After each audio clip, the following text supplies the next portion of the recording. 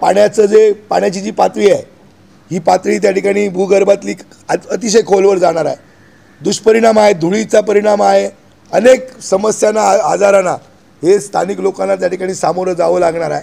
आणि म्हणून माझं म्हणणं असं आहे की ज्या सगळ्या सेफ्टी मायनिंग पाळून सगळ्या अधिकृत परवानग्या घेऊन कोणी जर मायनिंग करत असेल तर त्याला आमचा विरोध नाही, पण जर सगळे कायदे धाब्यावर बसून सगळे नियम धाब्यावर बसून जर कोणतरी अनधिकृत बांधकाम मायनिंग करत असेल तर त्याला आमचा त्या ठिकाणी विरोध राहणार आहे। लवकरात लवकर जनतेशी, कारण लोकांचा संपर्क या सगळ्या जनतेनं माझ्याशी संपर्क साधलेला आहे, सातत्यानं त्यांच्या फोनवरनं माझ्या घरी येऊन ऑफिसमध्ये येऊन ते मला भेटलेले आहेत। आणि 26 जानेवारीला म्हणजे त्यांनी त्या ठिकाणी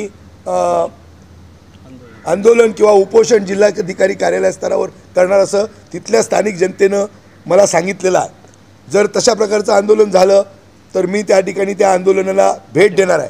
आजच मला माहिती मिळाली, काल ग्रामस्थांनी वाहतूक रोखल्याच्या नंतर, अनधिकृत मायनिंगचे वाहतूक रोखल्याच्या नंतर, अनधिकृत बांधकामाला विरोध केल्याच्या नंतर त्या ठिकाणी पोलीस आले, पोलीस प्रशासनाने मध्यस्थी केली आणि आपण कंपनीशी त्या ठिकाणी सगळं बोलून, सगळ्या अधिकाऱ्यांशी बोलून याबाबत निर्णय घेतो अशा प्रकारचं ग्रामस्थांना सांगितलं गेलं।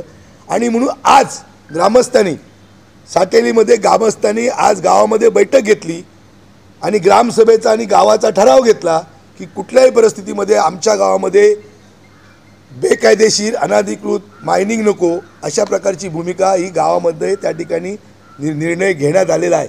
तो सुद्धा निर्णय तुम्हाला मी आता थोड्या वेळाने देईल, कदाचित आता एक 10-15 मिनिटांमध्ये माझ्याजवळ येईल। म्हणजे संपूर्ण गावाचा विरोध हा या अनधिकृत बेकायदेशीर उत्खननाला, मायनिंगला त्या ठिकाणी आहे। आणि म्हणून माझी शासनाला विनंती आहे की जसं बीडमध्ये वाल्मिक कराड निर्माण झाले राखेच्या आणि तिथल्या सगळ्या अनधिकृत मायनिंगमुळे, तसा या जिल्ह्यामध्ये वाल्मिक कराड निर्माण होऊन दे नको। आणि इथल्या उपसरपंचांना, सरपंचांच्या पतीला, तिथल्या ग्रामपंचायत सदस्यांना धमकी दिली जाते, उद्या परवा अशाच पद्धतीनं त्यांचासुद्धा खून किंवा त्या ठिकाणी होऊ शकतो। आणि म्हणून अशा पद्धतीचं जसं बीडचं झालं तसं सिंधुदुर्ग जिल्ह्यामध्ये वाल्मिक कराड निर्माण होऊ नये। कुठल्या तरी सरपंचाची एखाद्या भूमिका मांडत असताना त्या ठिकाणी त्याची हत्या होऊ नये। आणि म्हणून कुठंतरी प्रशासनाला जाग आणण्याचं काम या आपल्या पत्रकार परिषदेच्या माध्यमातून मी त्या ठिकाणी करतोय। मी आपल्याला पुन्हा एकदा सांगतो की डिसेंबरमध्ये याबाबतचा पत्रव्यवहार या सगळ्या संबंधित प्रशासनाला, जबाबदार अधिकाऱ्यांना मी त्या ठिकाणी केलेला आहे। आज जानेवारी 20 तारीख किती, 21 तारीख, अजूनही त्या ठिकाणी कुठलंही उत्तर ना RTOचं, ना वनविभागाचं, ना तुमच्या खनिकर्म विभागाचं, ना जिल्हाधिकाऱ्यांचं, ना पोलिसांचं कुठलंही उत्तर याच्यामध्ये आलेलं नाही।